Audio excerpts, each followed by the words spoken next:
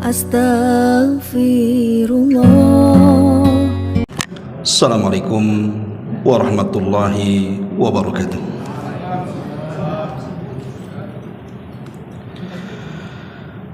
Bihamdillahi wassalatu wassalamu ala rasulillah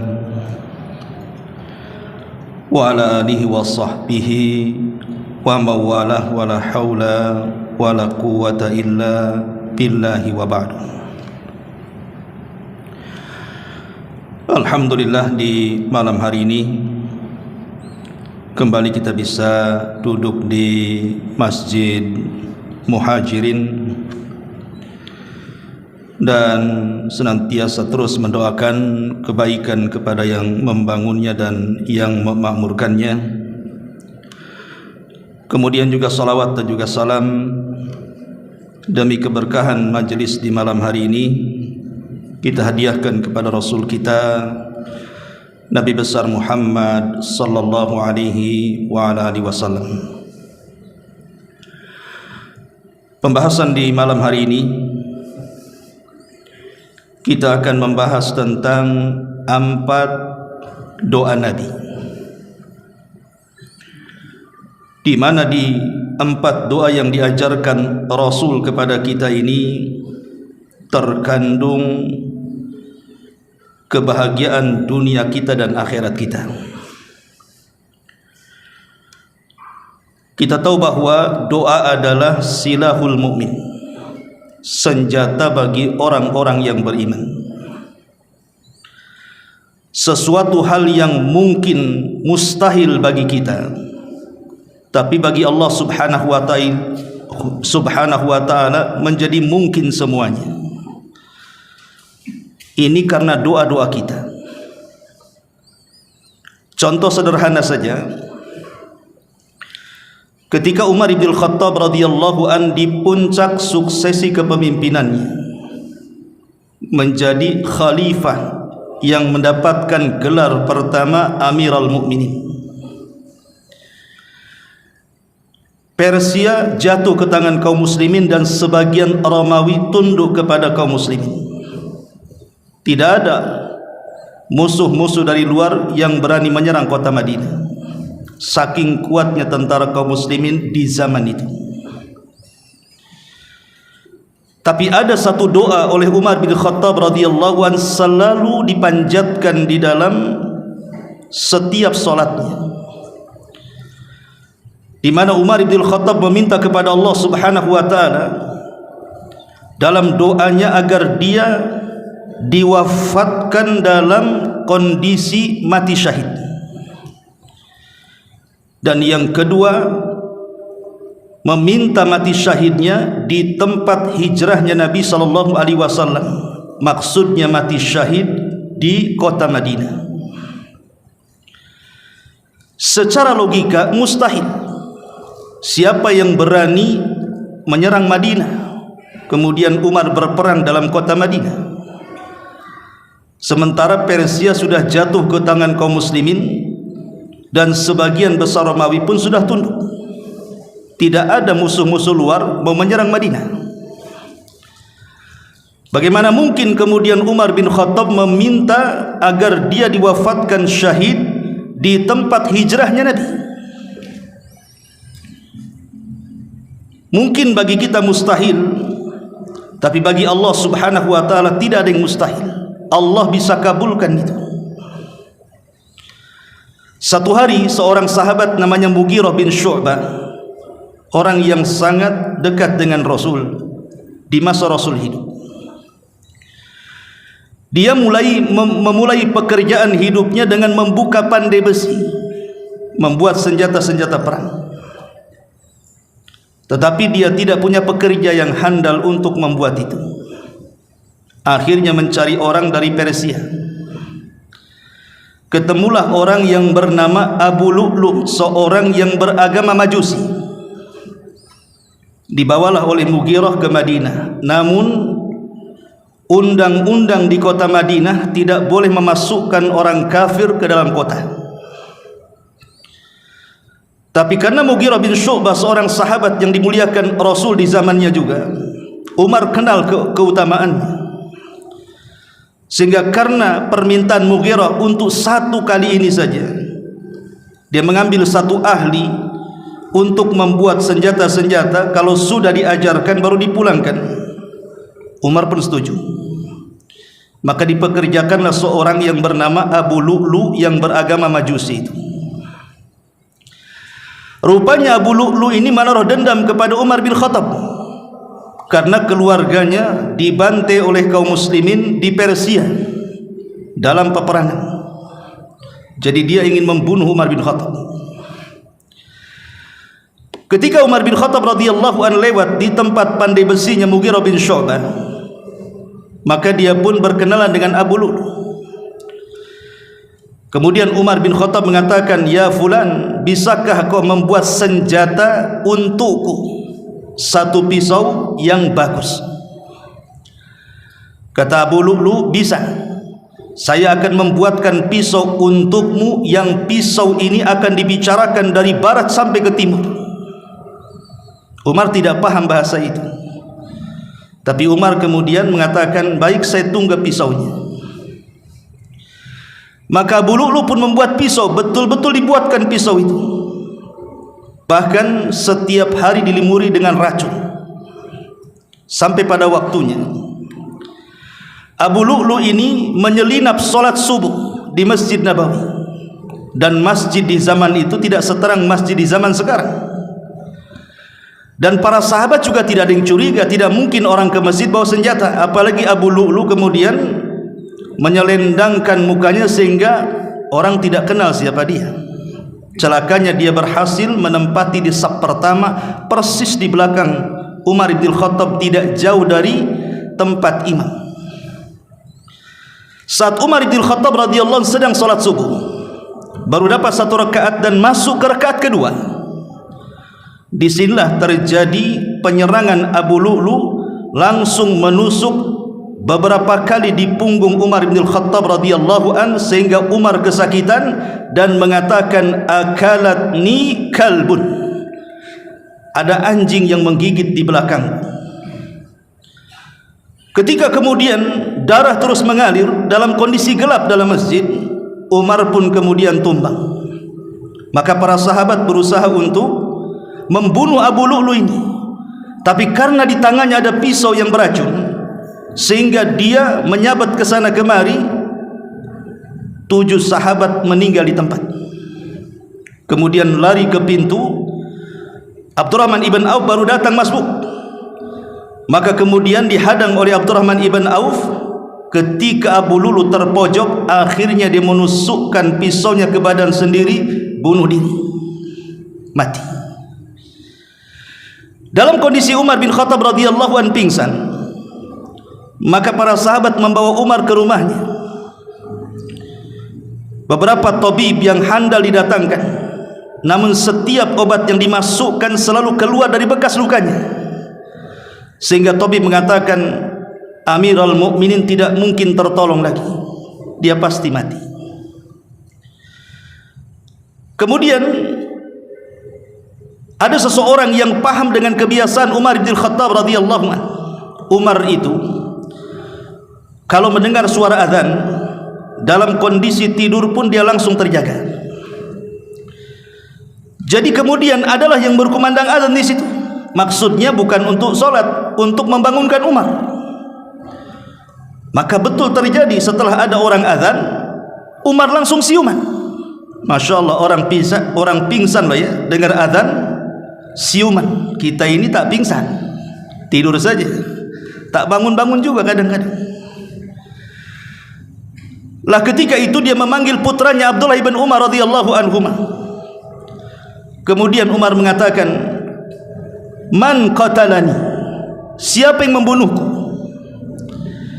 Maka Ibnu Umar mengatakan, budaknya Mughirah ibn Syu'bah, maksudnya Abu Lu'lu. Ketika Umar mendengar bahwa yang membunuh dia adalah Abu Lu'lu, seorang Majusi, tiba-tiba Umar tersenyum, kemudian mengatakan, Alhamdulillah, Alhamdulillah, alladzi qatalani rajulun lam yasjud lillahi walau kana sajda.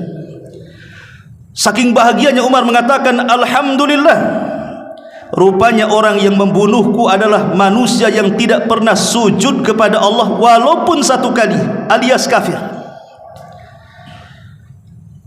Kemudian Umar bin Khattab radhiyallahu an bertanya kepada orang-orang di sekitarnya, asallan nas, apakah manusia sudah salat?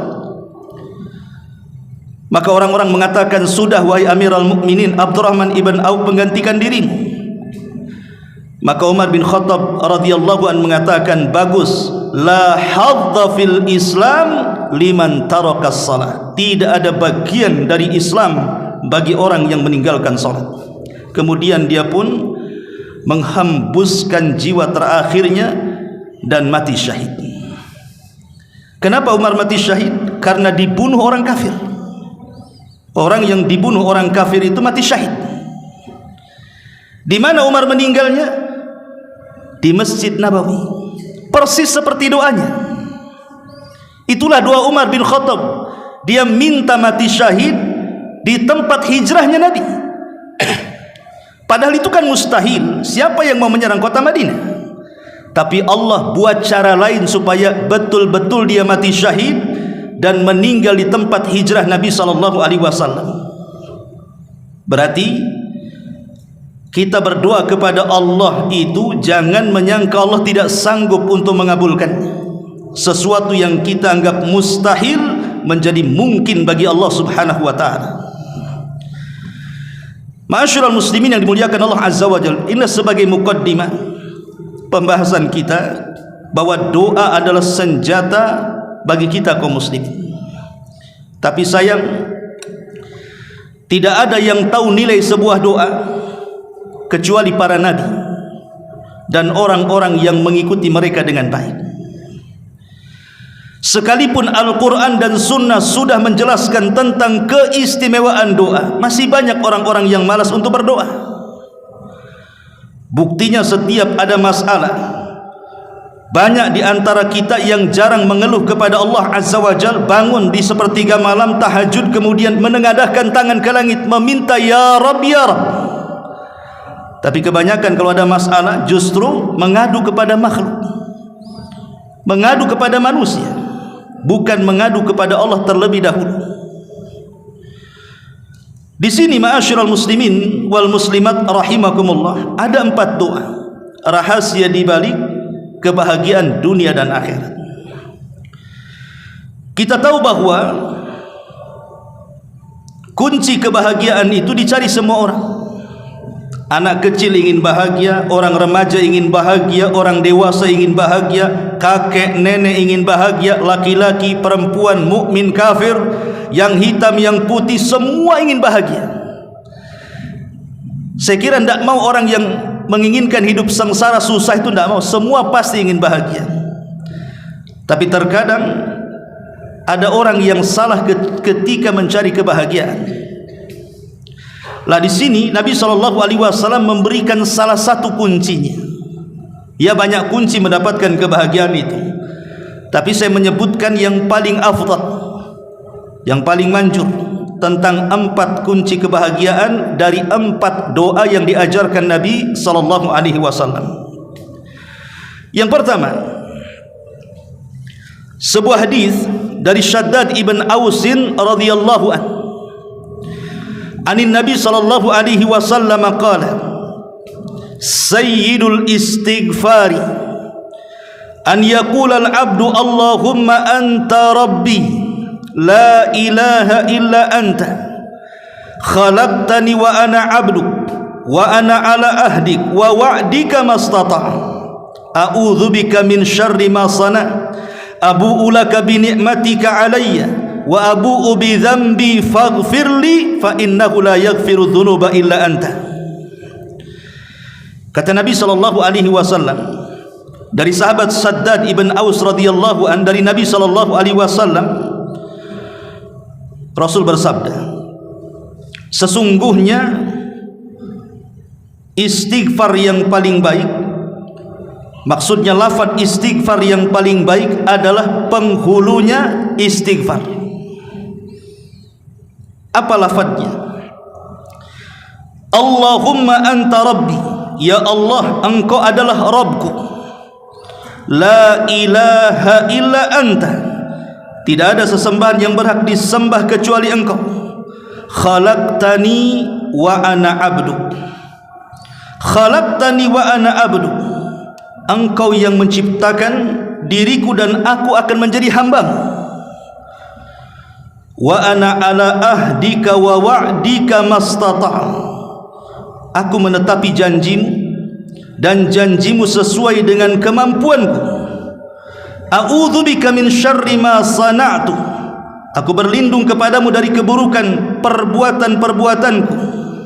Abu'u laka bi ni'matika alaihi, aku mengakui nikmatmu kepadaku. Wa abu'u bi dzambi, dan aku mengakui dosa-dosaku kepadamu. Faghfirli, ampuni dosa-dosaku. Fa innahu la yaghfiru dzunuba illa anta, karena tidak ada yang sanggup mengampuni dosa-dosaku kecuali Engkau ya Rabb. Inilah lafaz yang disebut dengan sayyidul istighfar, penghulunya istighfar. Kalau astagfirullah atau astaghfirullahaladzim wa atubu ilaih ini biasa, tapi lafaz ini disebut penghulunya istighfar. Sebaik-baik lafaz ketika kita istighfar, meminta ampun akan dosa-dosa kita. Lihat bagaimana keutamaannya. Nabi SAW mengatakan, man qalaha minan nahari mukinan biha, barang siapa yang mengucapkannya di siang hari dan dia yakin dengan lafaz itu, famata min yaumihi qabla an yumsi, dia mati sebelum sore hari, fahuwa min ahlil jannah, dipastikan dia menjadi penduduk surga.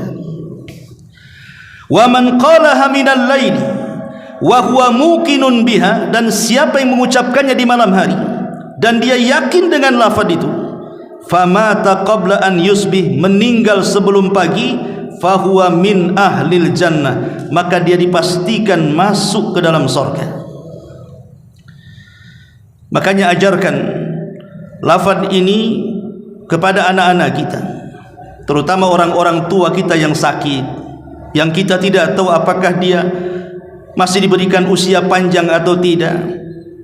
Berikan lafaz ini kepada mereka, biar ini saja yang dibaca oleh mereka, supaya kalau Allah Subhanahu wa taala takdirkan dia mendawamkan lafaz ini, maka dia mati menjadi penduduk surga. Maknanya meninggal tanpa disisakan dosa-dosanya. Dan ini kebahagiaan yang pertama. Jadi kebahagiaan yang pertama adalah ketika dosa-dosa kita itu diampuni oleh Allah Subhanahu wa taala. Kebahagiaan mana lagi selain daripada dosa-dosa kita diampuni? Karena kalau dosa-dosa kita diampuni, secara otomatis Allah akan hadiahkan kematian yang baik, dan perjalanan menuju surga itu dimudahkan oleh Allah Subhanahu wa taala. Ma'asyiral muslimin wal muslimat rahimani wa rahimakumullah. Di dalam doa ini ada beberapa faedah yang bisa kita petik. Yang pertama, di dalam lafaz pertama, Allahumma anta rabbi, ya Allah, Engkau adalah Rabbku. Lihat permulaannya saja sudah dimulai dengan tauhid kepada Allah Subhanahu wa taala. Dan tauhid itu tujuan kita, tujuan hidup saya, tujuan hidup Anda, tujuan hidup manusia semuanya adalah mentauhidkan Allah. Qul inna salati wa nusuki wa mahyaya wa mamati lillahi rabbil alamin. Katakan sesungguhnya salatku, katakan sesungguhnya kurbanku, katakan sesungguhnya hidup dan matiku untuk siapa? Lillah, semuanya untuk Allah Subhanahu wa taala. Itulah tauhid. Makanya kenapa kemudian lafaz ini disebut sayyidul istighfar? Karena dimulakan dengan tauhid. Sesuatu yang dimuliakan dengan tauhid pasti akan dimuliakan oleh Allah Subhanahu wa taala. Contoh saja, kenapa surah Al-Fatihah itu menjadi induknya Al-Quran, di mana seluruh isi Quran itu terangkum dalam surah Al-Fatihah. Makanya kalau orang sholat baca Fatihah saja itu sudah cukup. walaupun tidak baca surat sah salatnya. Tapi kalau orang baca surat walaupun 30 juz tapi dia tidak membaca Fatihah, tidak sah salatnya. Karena yang menentukan sah dan tidaknya itu salat. Sah dan tidaknya adalah Fatihah. Karena dia adalah induk Al-Quran. Lihat Al-Fatihah dimulakan dengan tauhid. Alhamdulillahi Rabbil Alamin, tauhid. Ar-Rahmanir Rahim, tauhid. Maliki Yaumiddin, tauhid. Ini semua tauhid, keyakinan. Baik berkaitan dengan rububiyah, baik dengan uluhiyah, baik berkaitan dengan nama-nama Allah dan sifat-sifatnya. Itu terangkum di 3 ayat pertama dalam surah Al-Fatihah. Lah sebagaimana juga Al-Fatihah dimulakan dengan tauhid sehingga disebut induk daripada Quran, maka lafaz istighfar ini juga disebut induk dari seluruh istighfar. Ma'asyiral muslimin yang dimuliakan Allah Subhanahu wa taala.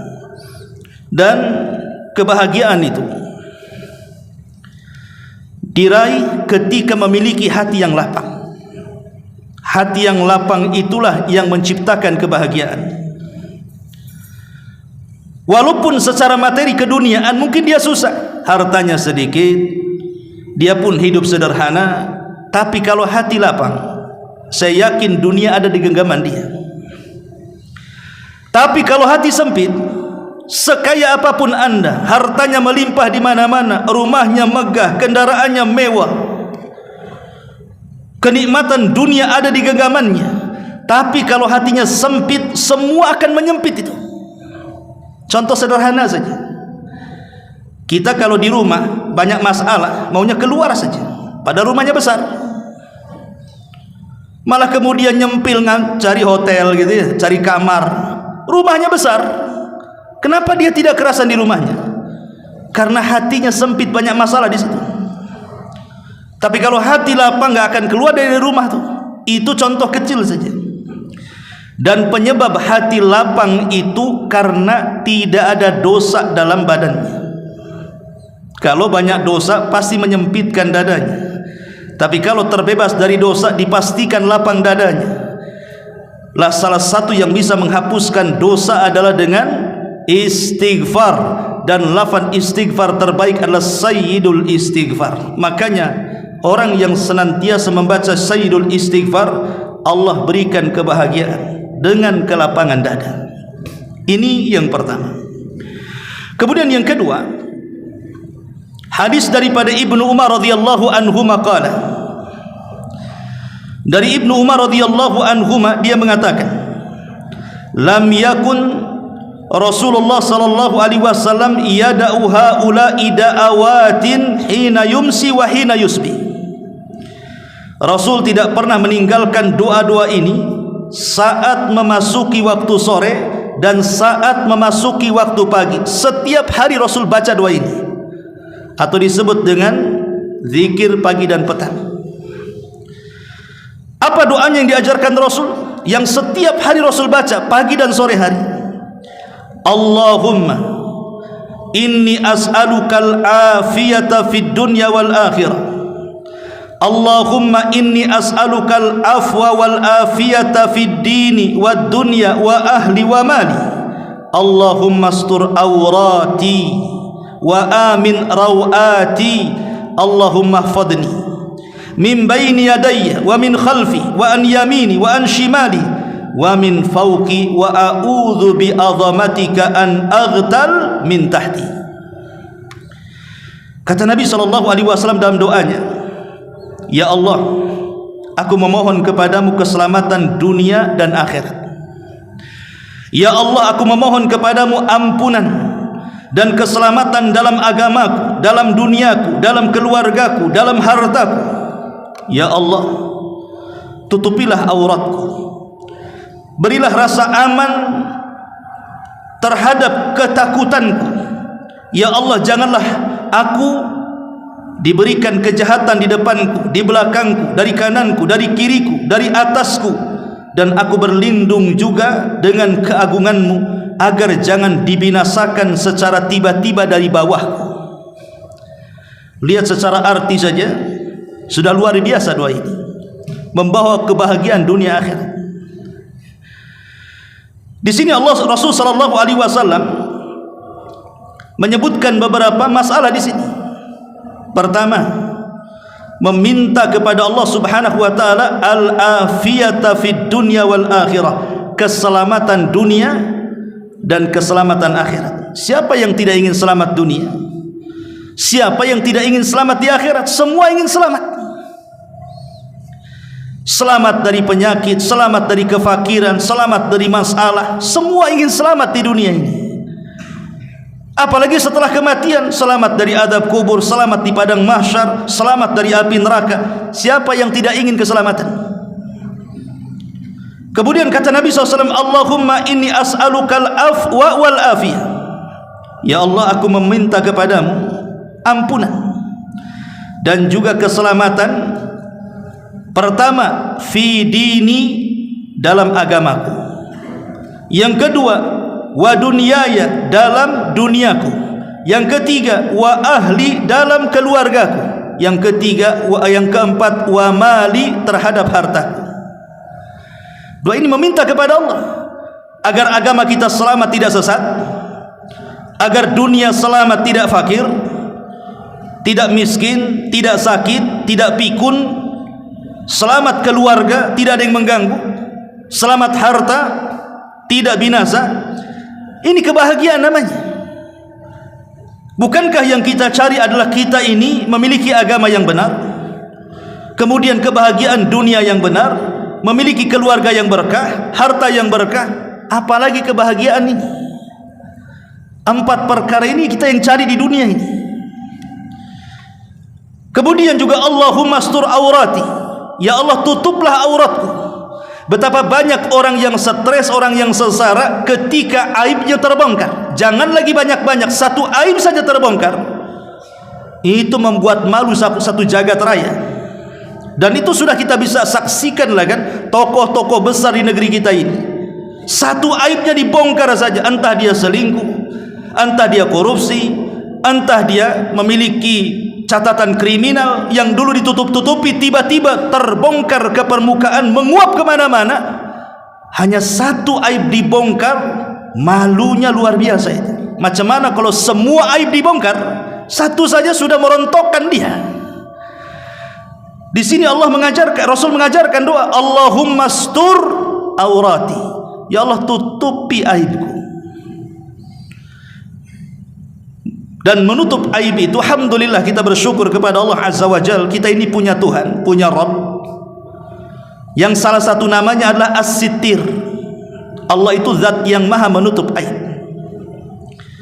Padahal kita ini setiap hari melakukan dosa, malam hari kita berdosa, tapi Allah masih tutup aib kita di siang hari. Di siang hari kita berdosa, Allah masih tutup aib kita di malam hari.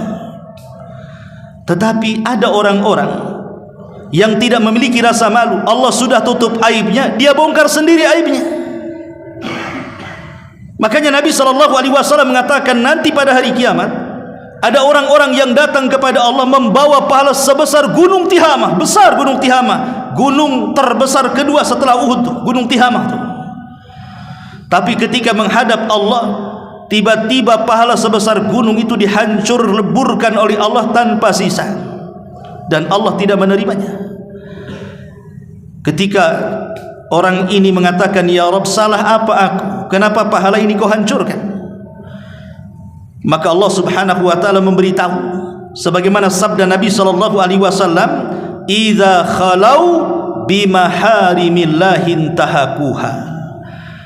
Karena dia ketika bersendirian antara dia dengan Allah, di hadapannya ada kemaksiatan, dia langgar kemaksiatan itu, seolah-olah dia tidak tahu Allah tahu, seolah-olah dia tidak tahu Allah melihat, seolah-olah dia tidak tahu Allah mendengar. Salah. Allah melihat, Allah mendengar, Allah maha mengetahui.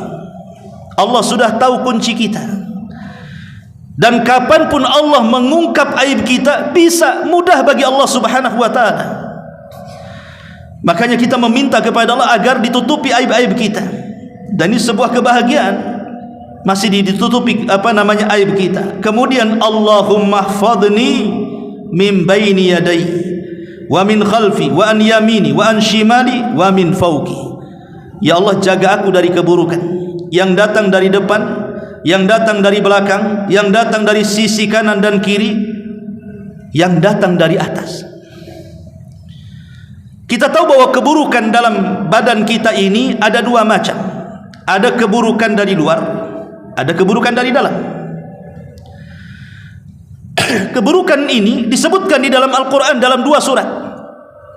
Pertama suratul Falaq, dan ini keburukan yang mengancam di luar badan kita.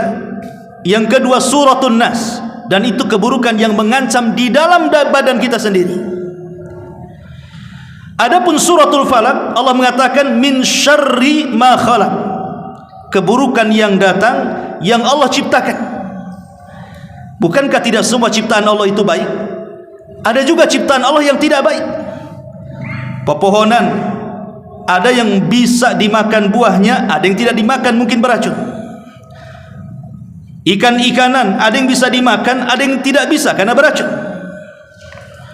Jadi makhluk Allah itu tidak semua baik, ada juga yang tidak baik, bahkan bisa membunuh. Makanya kita berlindung dari makhluk yang Allah ciptakan. Begitu juga manusia. Kita kenal di depan kita ini orangnya baik, di depan kita, rupanya di belakang kita dia pula menusuk kita.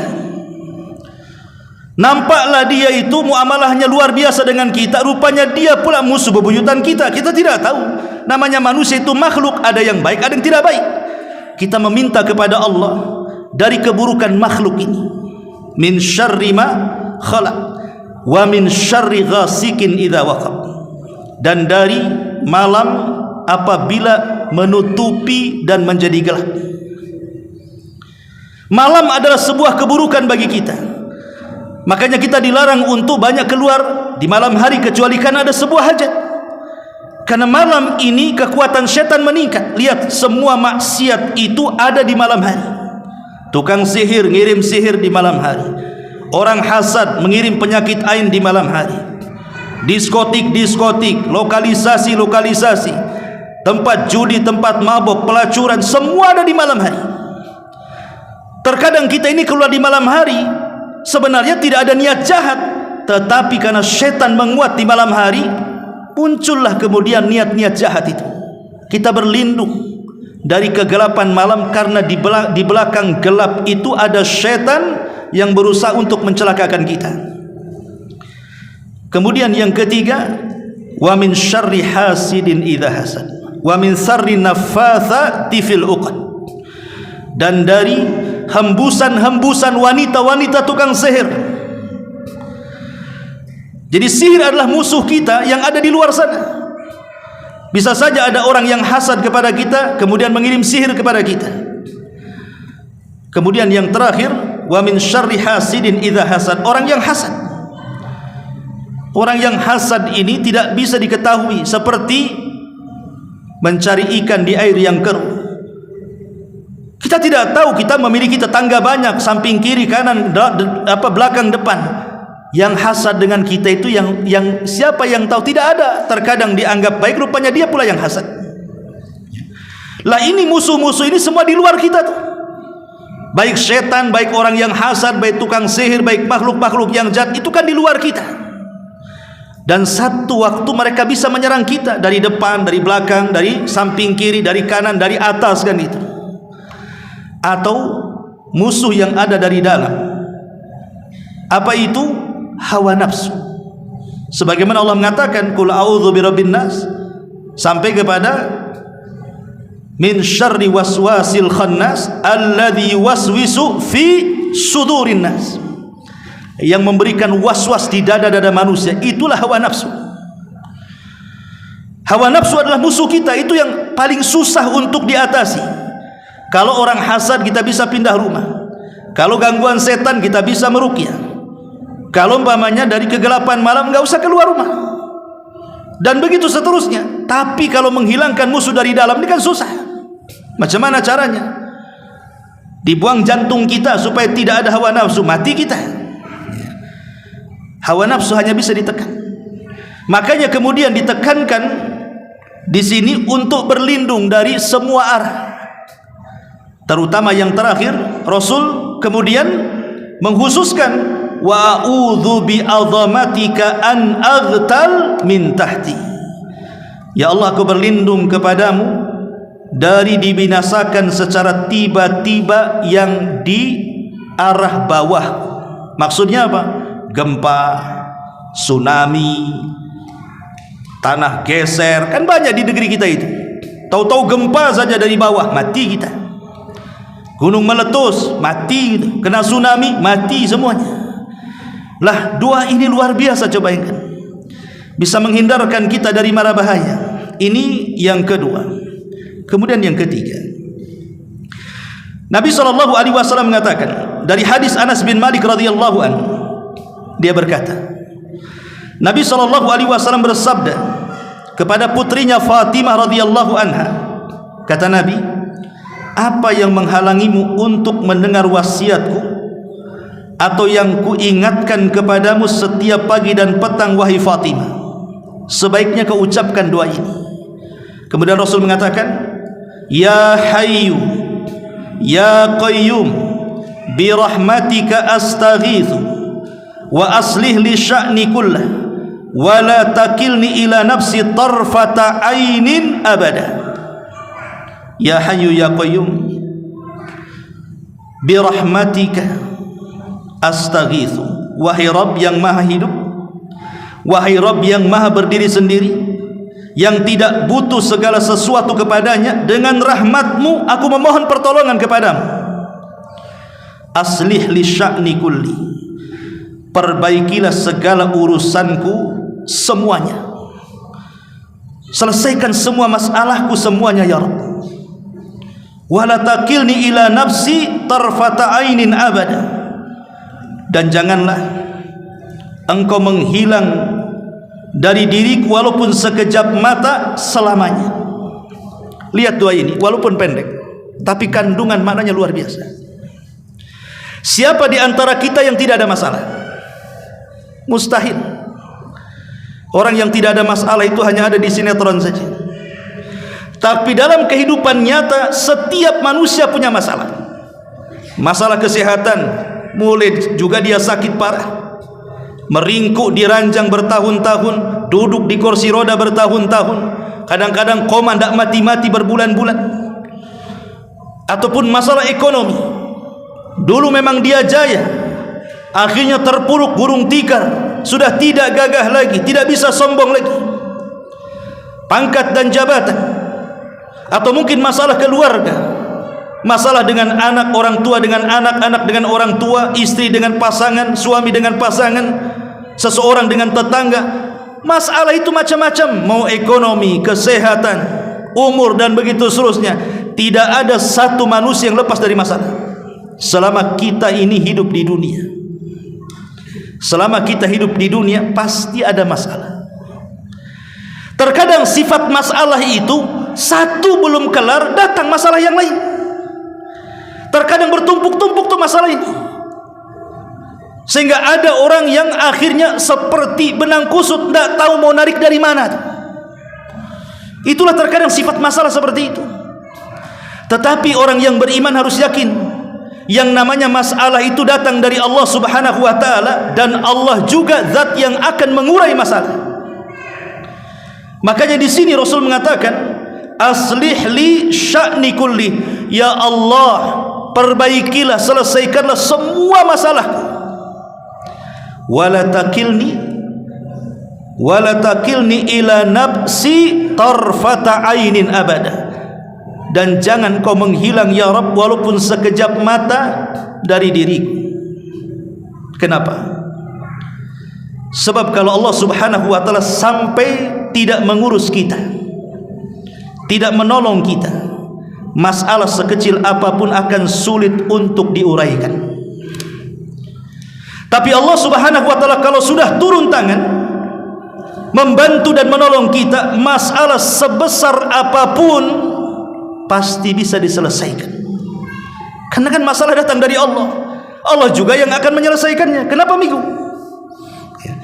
Makanya Nabi SAW mengatakan, berdoalah kepada Allah agar Allah itu jangan sampai lepas dari kita walaupun sekejap mata. Karena kalau sampai lepas sekejap mata saja, nanti akan banyak masalah yang akan merundung kita. Makanya doa ini luar biasa, bacalah setiap pagi dan petang. Ya Hayyu ya Qayyum bi rahmatika astaghits wa aslih li sya'ni kullah wa la takilni ila nafsi tarfata ainin abada. Ma'asyiral muslimin wal muslimat rahimani wa rahimakumullah. Dan yang terakhir, yang nomor 4, hadis Anas ibn Malik radhiyallahu anhu. Dia mengatakan, kana aktsaru du'ain Nabi sallallahu alaihi wasallam, Allahumma atina fid dunya hasanah wa fil akhirati hasanah wa qina adzabannar. Muttafaqun alaih. Dari Anas ibn Malik radhiyallahu anhu, dia berkata, doa yang paling banyak dibaca Nabi, doa yang paling banyak dibaca Nabi adalah Allahumma atina fid dunya hasanah. Ya Allah, karuniakan kepada kami kebaikan di dunia ini. Wa fil akhirati hasanah, dan karuniakan kepada kami kebaikan di akhirat. Wa qina adzabannar, dan selamatkan kami dari siksa api neraka. Doa ini bukan hanya Nabi SAW sering membaca, tapi doa ini juga oleh hampir semua para sahabat dan para ulama menjadi doa favorit mereka dalam doa-doa mereka. Makanya doa ini di masyarakat awam itu disebut doa sapu jagat, di mana semua doa yang diajarkan Rasul itu terangkum dalam doa ini. Bayangkan semua doa yang diajarkan Rasul itu terangkum dalam doa ini. Rabbana atina fid dunya hasanah wa fil akhirati hasanah wa qina adzabannar. Abdullah bin Mas'ud radhiyallahu anhu yu'allimun nasa an yad'u bi hadhihi da'wati kubayr as-salam fi salati. Sahabat Abdullah bin Mas'ud radhiyallahu an apabila mengajarkan doa untuk dibaca ketika salat sebelum salam, maka Abdullah bin Mas'ud selalu mengajarkan manusia untuk memperbanyak doa ini. Rabbana atina fid dunya hasanah wa fil akhirati hasanah wa qina adzabannar. Baca sebelum salam dalam setiap salat. Tentu dalam tasawuf akhir, setelah kita membaca tahiyat, setelah kita membaca syahadat, setelah kita membaca salawat, setelah kita membaca 4 perlindungan, Allahumma inni a'udzubika min adzabi jahannam wa min adzabil qabri wa min fitnatil mahya wal mamat wa min syarri fitnati masihid dajjal. Baru doa ini, atau doa yang kemarin kita ajarkan, Allahumma inni a'udzubika minal ma'tham wal maghrab, atau doa Rabbana atina fid dunya hasanah wa fil akhirati hasanah wa qina adzabannar. Ini merangkum semua doa. Tidak perlu dirinci. Tidak perlu dirinci, ya Allah kasihlah saya rumah, kasih saya tanah, kasih saya uang, kasih. Tidak perlu. Karena itu sudah masuk pada kalimat kebaikan dunia. Terkadang kita ini kan mau merinci. Makanya Nabi SAW nanti di akhir zaman akan muncul orang-orang yang ketika berdoa itu melampaui batas. Para ulama hadis mengatakan maksudnya melampaui batas apa? Maksudnya adalah ketika dia berdoa, dia rinci semuanya. Rinci semuanya tadi. Ya Allah, saya belum punya rumah, kasih rumah. Ya Allah, gaji saya baru segini, tolong tambah lagi. Ya Allah, saya berikan tanah, berikan istri yang cantik, yang kaya, yang molek, dan begitu seterusnya. Dirinci satu-satu, dah perlu. Itu berlebihan dalam doa. Cukup mengatakan, ya Allah berikan kebaikan dunia, maka itu semua masuk di situ tuh. Rumah bagus, kebaikan dunia. Kendaraan yang bagus, kebaikan dunia. Pasangan yang soleh dan soleh, kebaikan dunia. Anak-anak yang soleh dan soleh, kebaikan dunia. Kendaraan yang baik, kebaikan dunia. Tetangga yang baik, kebaikan dunia. Apalagi? Ya. Makanya ini doa yang merangkum semuanya. Anas ibn Malik radhiyallahu anhu mengatakan, jadi Anas ibn Malik radhiyallahu anhu satu hari berdialog, kemudian ditanya, ya Anas, engkau kan menemani Rasul 10 tahun. Karena Anas bin Malik itu kan pembantu Nabi selama 10 tahun. dari usia 10 tahun sampai usia 20 tahun sampai Rasul meninggal. Anas ibn Malik menjadi pembantu Nabi SAW. Seorang mengatakan, ya Anas, sesungguhnya saudara-saudaramu yang datang kepadamu dari Basrah sana, mereka meminta agar engkau mendoakan bagi mereka kepada Allah. Maka kemudian Anas ibn Malik radhiyallahu anhu mengatakan, baik, saya akan doakan mereka. Apa doanya Anas ibn Malik? Allahumma ighfir lana warhamna wa atina fid dunya hasanah wa fil akhirati hasanah wa qina adzabannar. Kata Anas bin Malik, ya Allah, ampuni kami dan mereka, rahmati kami dan mereka, berikan kepada kami kebaikan dunia dan mereka, berikan kepada kami kebaikan akhirat dan mereka, dan jauhkan kami dan mereka dari azab yang sangat pedih. Lihat para sahabat ketika meminta agar didoakan, doa seperti ini. Jadi kalau seandainya antum ini dimanapun berada, tiba-tiba ada mungkin saudara kita yang minta doa, ujuk-ujuk minta doa sama kita, tolonglah doakan saya, tolong doakan saya. Kan sering mungkin ya, ada sebagian orang yang datang kita minta doa tuh. Maka bacalah doa Anas bin Malik. Semoga Allah berikan kebaikan di dunia untukmu, semoga Allah berikan kebaikan akhirat untukmu, semoga engkau dijauhkan dari api neraka. Itu doa yang paling baik. Ajarkan seperti itu. Kalau tidak bisa bahasa Arabnya, pakai Indonesianya kan gitu. Sama saja, Allah Maha tahu. Tapi kalau diajarkan bahasa Arabnya, saya kira semua tahulah kalau doa sapu jagat ini. Sampai ada lagunya pula doa ini. Intinya bahwa doa ini luar biasa. Apa faedah doa ini? Ma'asyiral muslimin yang dimuliakan Allah Subhanahu wa taala. Faedah doa ini bahwa ada 3 masalah dalam doa ini. Pertama, minta kebaikan dunia, dan ini di dunia. Yang kedua, minta kebaikan akhirat, artinya setelah kematian. Dan yang ketiga, minta supaya dijauhkan dari azab neraka, artinya setelah kematian. Berarti di sini 1/3 minta dunia, 2/3 minta akhirat. Karena yang satu dunia, yang 2 akhirat. Berarti kalau kita berdoa kepada Allah Subhanahu wa taala, jangan melulu dunia saja. Cukuplah 1/3 doa kita dunia, 2/3 itu akhirat. Karena tujuan kita ini jangan dikalahkan dengan dunia. Dunia ini akan meninggalkan kita atau kita meninggalkan dunia. Dunia ini tidak fana, tapi akhirat itu yang fana. Terkadang kita ini mengejar satu tetes yang ada di ujung jarum, sementara lautan yang tak bertepi kita tinggalkan. Ketika Nabi SAW mengatakan, kalau seandainya satu dunia manusia berkumpul di satu lapangan, mulai dari yang awal, maksudnya dari Adam, sampai yang terakhir mendapatkan trompet sangkakala Israfil, dibangkitkan semuanya. Berapa itu jumlahnya tuh? Dikumpulkan di satu lapangan, kata Nabi. Ditambah dengan seluruh jinnya, mulai dari jin yang pertama sampai jin yang terakhir. Satu lapangan dengan seluruh manusia. Kemudian mereka meminta kepada Allah sesuai dengan permintaan mereka masing-masing. Maka Allah sanggup memberikan permintaan mereka seperti jarum yang dicelupkan ke lautan, kemudian diangkat. Lihat di ujung jarum itu, itulah tetesannya. Hanya satu tetes itulah cukup untuk memberikan semua permintaan manusia dan jinnya. Sementara kekayaan Allah itu seluas lautan tak bertepi. Makanya saya katakan, manusia ini aneh, mengejar yang satu tetes tapi meninggalkan lautan yang tak bertepi. Di mana akal kita? Ma'asyiral muslimin yang dimuliakan Allah Subhanahu wa taala. Maka doa ini luar biasa. Makanya kalau kita rangkum dari semuanya, ada 4 poin kunci kebahagiaan dalam 4 doa ini. Dalam doa pertama bicara soal pengampunan dosa. Pada doa yang kedua, keselamatan dunia, agama, harta dan keluarga. Pada doa yang ketiga, kebaikan yang menyeluruh dalam setiap perkara, karena Allah ikut campur tangan menyelesaikan di dalamnya.